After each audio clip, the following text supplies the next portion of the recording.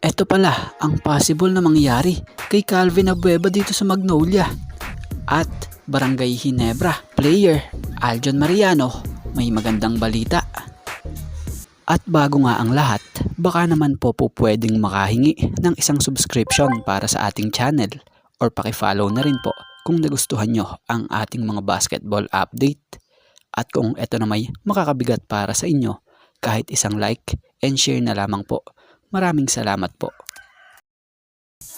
At dito tayo sa Barangay Ginebra. Good news dahil may backup pa rin si Japet.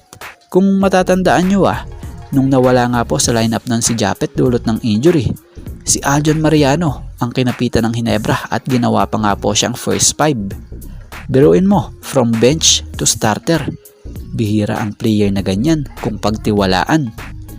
At bagamat ngayon bihira man ito makakuha ng minuto sa Ginebra, pero nananatili pa rin naman siyang backup player ng Ginebra, na kung saan ay pinapakita nga po ng Ginebra na malaki pa rin talaga ang tiwala nito kay Aljon, na kung saan ay magpahanggang ngayon committed pa rin ang malabigman player na to sa Ginebra, na kung saan ay nirenew nga po ng Ginebra ang kontrata niya, na kung saan ay nabigyan siya ng panibagong 2-year deal.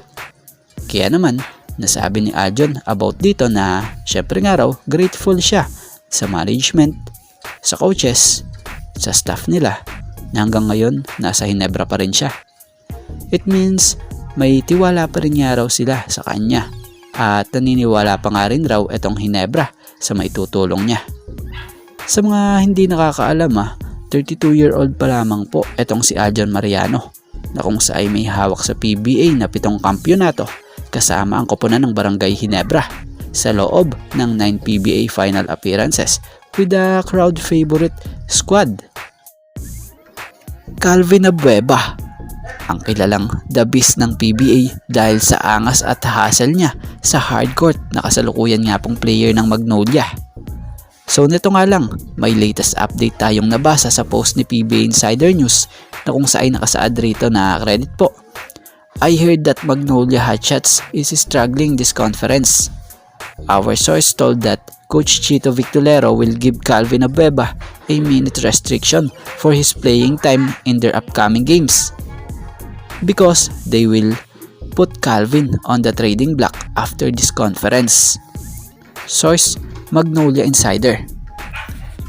So kung malalagay si The Beast sa trading block after this conference, baka ngayon pa lang mawawala na ito ng gana pag ganyan. So kung tutuusin para sa opinion natin, magaling naman itong si Calvin Abueva Nasa sa diskarte lang kasi yan kung paano mo siya gagamitin. Tulad na lamang nung Alaska days niya. Yung husay niya talagang lumabas pag nabibigyan siya ng mas mahaba talagang playing time. Tapos sa positioning, kapag andun siya sa original na position niya, talagang effective ang laro niya. Si Calvin, solid sa game yan kung talagang bibigyan mo ng tiwala at ipararamdam mo sa kanya. Iba kasi itong mabaho din yan Pangita naman sa mga laro niya. Kahit na nga gaano ka pakalaki, talagang walang takot yan. Di ka niyan uurungan sa banggaan. Kaya abangan natin after conference na to kung malalagay nga ba siya sa trading block gaya ng sinasabi rito sa nabasa natin ito. So kung sakali ano ang opinion nyo? Saan team kaya siya babagay na mapunta?